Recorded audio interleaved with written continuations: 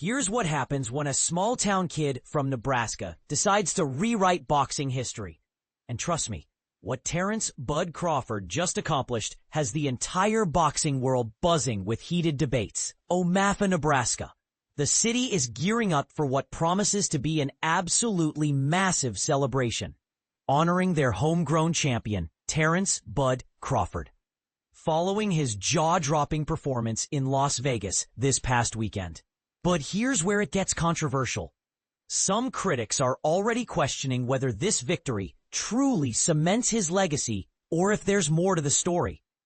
In a stunning display of skill and determination, Crawford completely dominated Canelo Alvarez during their intense Saturday night showdown, securing the super middleweight championship through a unanimous decision that left spectators speechless. What makes this achievement absolutely groundbreaking? Crawford has now become the very first boxer in history to capture 3 unified division titles during the modern 4-belt era, a feat that many experts previously deemed nearly impossible. Omaha's mayor, John Ewing Jr., couldn't contain his excitement when discussing their local hero, emphasizing that while specific details for the upcoming homecoming celebration are still being finalized behind closed doors, an official announcement will be released to the public as quickly as possible.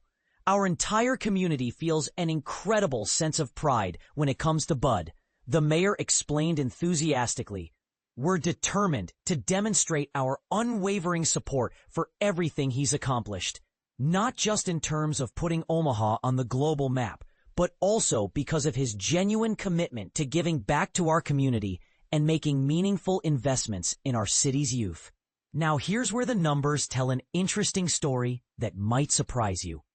2 of the 3 official judges awarded Crawford, who maintains an absolutely flawless 42-0 record with 31 knockouts, scores of 115-113, while the 3rd judge saw it slightly more decisively at 116-112. However, the Associated Press had a dramatically different perspective, scoring the entire bout 118-110, heavily in favor of the 37-year-old Omaha native. And this is the part most people miss.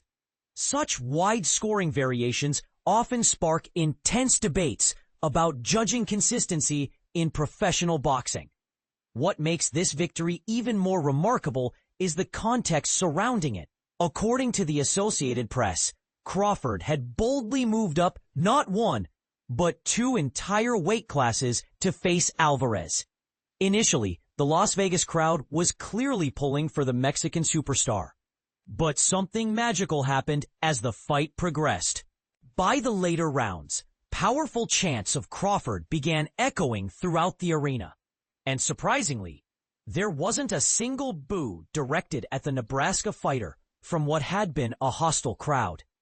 The entire spectacle was broadcast live on Netflix, bringing this historic moment directly into millions of homes worldwide. But here's what really demonstrates Crawford's impact on his hometown. This isn't Omaha's first rodeo when it comes to celebrating their boxing champion.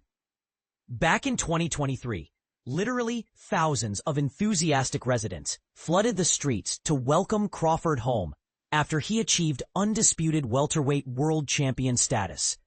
The city's passion for their homegrown hero was absolutely undeniable.